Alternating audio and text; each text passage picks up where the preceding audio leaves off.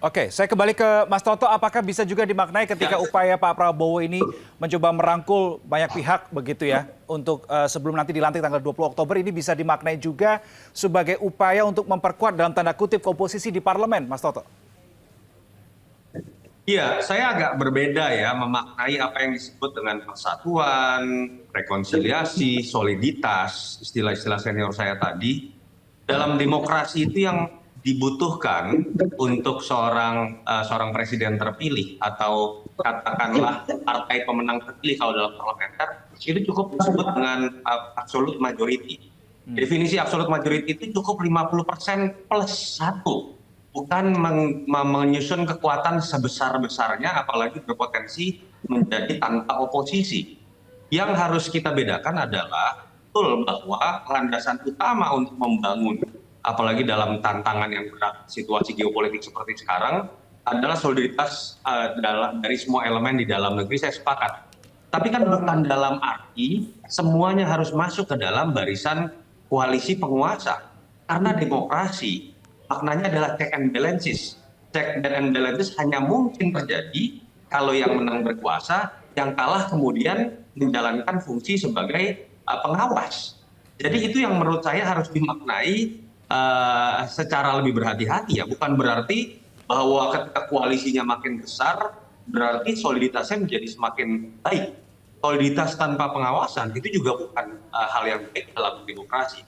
Nah, poin terpenting menurut saya adalah sebetulnya saya berharap Pak Prabowo tidak terlalu membangun kekuatan yang sangat besar. Akan menjadi beban buat Pak Prabowo sendiri.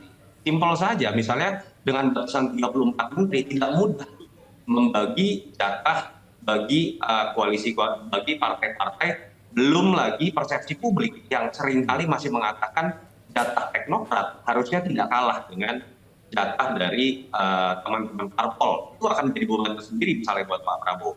Yang kedua, saya sangat berharap betul akan ada jatah buat parpol, tapi jangan berikan cek kosong kursi menteri kepada parpol-parpol. Karena ketika cek kosong itu diberikan kepada ketum parpol, ada logika yang berbeda.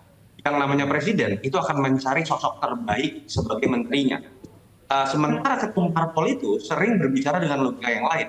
Aspek senioritas, siapa yang paling dekat dengan ketum, siapa yang kemudian paling berjasa buat partai, yang belum tentu itu linier dengan kebutuhan seorang presiden. Jadi saya berharap Pak Prabowo tidak memberikan cek kosong. Jadi katakanlah kalau kemudian disodorkan oleh partai tertentu ada 5 menteri, 5-5-nya jelek, boleh saja seorang presiden terpilih mengatakan saya nggak mau ganti semua. Kalau cek kosong yang diberikan, itu malah akan menjerumuskan seorang presiden menjadi bukan hanya petugas satu partai, tapi petugas banyak partai. Saya berharap Pak Prabowo tidak masuk pada wilayah itu. Yang ketiga, memang catatan kritis buat teman-teman parpol, ada persepsi publik didasarkan fakta empiris. Tadi menjawab sedikit Bung Tamat ya, bahwa betul harusnya kader parpol tidak bisa dikatakan tidak profesional. Tapi ada fakta empiris selama pemerintahan Pak Jokowi, ada 6 menteri yang tertangkap, itu semuanya adalah kader parpol.